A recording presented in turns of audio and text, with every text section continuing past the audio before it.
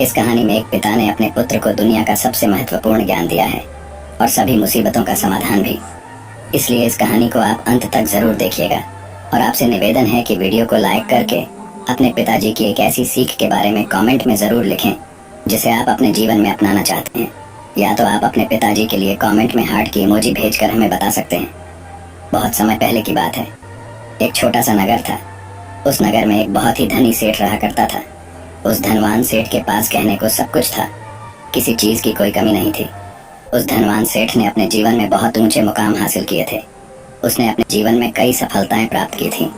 वह जिस नगर में भी व्यापार करने जाता, वहां पर भी उसे सफलता मिलना निश्चित था। वह अपने जीवन में कभी भी हारा नहीं था। उसका व्यापार भी खूब जोरों शोरों से चल रहा था। उसके पिताजी ने उसे ऐसी 4 बातें बता रखी थी जिसका वह नियमित पालन किया करता था और उन्हीं बातों का अनुसरण किया करता था और उन्हीं बातों की वजह से उसका जीवन बहुत ही सुखमय था। वह जीवन के हर क्षेत्र में सफल था। ऐसे ही काफी समय बीत गया और अब वो धनवान सेठ काफी बूढ़ा हो चुका था। अब उसे लगने लगा था कि मेरी मृत्यु बहुत नजदीक है, मेरी मृत्यु कभी भी हो सकती है। और वह जानता था कि उसका बेटा बहुत भोला है, बहुत नादान है, उसे अभी दुनियादारी की समझ नहीं है। इसलिए उसने अपने बेटे को अपने पास बुलाया और अपने बेटे से कहा, बेटा, मैंने अपने पिताजी से 4 बातें सीखी थी और उन्हीं बातों को मैंने अपने जीवन में उतारा। उन्हीं के अनुसरण की वजह से आज मैं अपने जीवन में इतना सफल हूँ, अपना जीवन सुखमय पूर्वक बिता रहा हूँ। उन्हीं बातों की वजह से आज मैं इतना सुखी हूँ, संतुष्ट हूँ और इतना धनवान हूँ।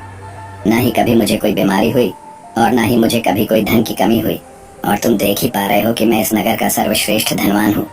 लेकिन आज मेरे पास जो कुछ भी है मैं उससे संतुष्ट हूँ, मैं खुश हूँ। लेकिन मैं चाहता हूँ कि तुम मुझसे भी आगे बढ़ो, तुम और नाम कमाओ, तुम और धन कमाओ, लोग तुम्हारे बारे में जाने, तुम्हें पहचाने, क्योंकि हमारा समय कुछ और था और तुम्हारा आने वाला समय कुछ और ही है।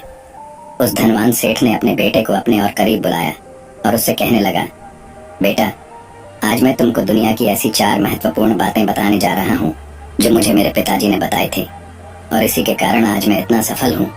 यदि तुमने इन सभी बातों को अपने जीवन में उतार लिया, इनका नियमित तौर पर पालन किया, इनका अनुसरण किया, तो तुम भी अपने जीवन में बहुत धनवान हो जाओगे, अपने जीवन को बहुत सुखमय तौर पर बिताओगे। इन बातों के अनुसरण से न तो तुम्हारे घर परिवार में कोई दुख आएगा और ना ही तुम्हारे व्यापार में कभी कोई परेशानी उत्पन्न होगी। इतना कहकर धनवान सेठ अपने बेटे को 4 बातें बताना शुरू करता है। वो कहता है, बेटा, सबसे पहली बात है काम पर छांव में जाना और छांव में आना। दूसरी बात, अपने घर के चारों तरफ चर्म की बार रखना। तीसरी बात, हमेशा खाने को मीठा करके खाना। और चौथी बात, अपनी पत्नी को हमेशा बांध कर रखना। इतना कहकर वह धनवान सेठ अब निश्चिंत हो चुका था। वह यह जानता था कि उसका बेटा बहुत भोला है। वह अपने पिता की बात अवश्य मानेगा, इन सभी 4 बातों को अपने जीवन में उतारेगा और इनका अनुसरण भी करेगा। देखते देखते कुछ महीने बीत गए और फिर एक दिन धनवान सेठ मृत्यु को प्राप्त हो गया।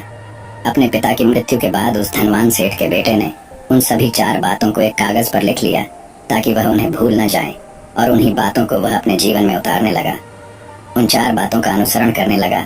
सबसे पहली बात जो उसके पिता ने उससे कही थी, छांव में जाना और छांव में आना, तो उसने अपने घर से लेकर अपनी दुकान तक पूरे रास्ते पर एक टेंट लगवा दिया, क्योंकि उसके पास पैसा तो बहुत था और उसे कोई रोकने वाला भी नहीं था। जब भी कोई उससे पूछता कि आखिर तुमने ऐसा क्यों किया, तो वह उसके जवाब में बस इतना ही कहता कि मेरे पिताजी ने मुझसे ऐसा ही करने को कहा है। इसके बाद उसने अपने पिता की अगली बात का अनुसरण किया। उसने अपने घर के दोनों तरफ चर्म की एक दीवार बनवा दी। इसे देखकर आसपास के लोग बहुत क्रोधित हो गए। ये वे लोग उससे कलह करने पर भी उतर आए। कई लोगों ने तो यहाँ तक कह डाला कि आखिर तुमने ऐसा क्यों किया, चर्म की दीवार तुमने क्यों बनवा दी, चर्म से बहुत बदबू आती है और इससे हमें तकलीफ होती है, इसे आज ही निकलवा दो। लेकिन कोई उसका कुछ भी न बोल सका, क्योंकि उसके पास बहुत पैसा था। इसलिए कोई भी व्यक्ति उसका ज्यादा समय तक विरोध न कर सका और उसने भी मन बना लिया था कि वह अपने पिता की सभी बातों को पूरे दिल से मानेगा। उसके पिता ने उसे तीसरी बात कही थी, खाने को मीठा करके खाना, जिसके कारण वह अपनी पत्नी से हर रोज खाने में कुछ मीठा ही बनवाता था। कभी कभी खीर, कभी हलवा, तो कभी मिठाइयाँ।